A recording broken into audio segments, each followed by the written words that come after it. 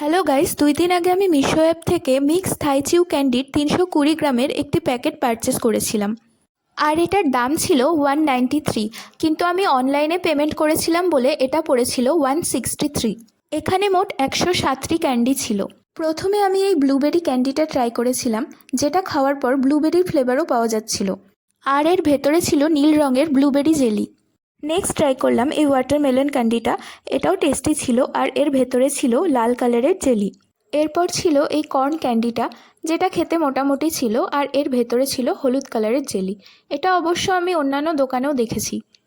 প্রতিটা ক্যান্ডির ফ্লেভার কিন্তু আলাদা আলাদাভাবে বোঝা যাচ্ছিল।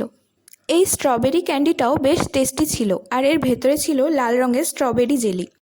লিচি ক্যান্ডিটাও বেশ টেস্টি ছিল আর এর ভিতরে লিচির মতোই ট্রান্সপারেন্ট জেলি ছিল।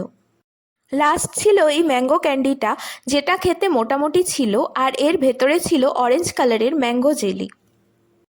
তবে প্রাইজের হিসেবে প্রতিটা ক্যান্ডি খেতে বেশ ভালোই ছিল, কিন্তু ব্লুবেরি আর স্ট্রবেরি ফ্লেভারের ক্যান্ডি দুটো আমার বেস্ট লেগেছে।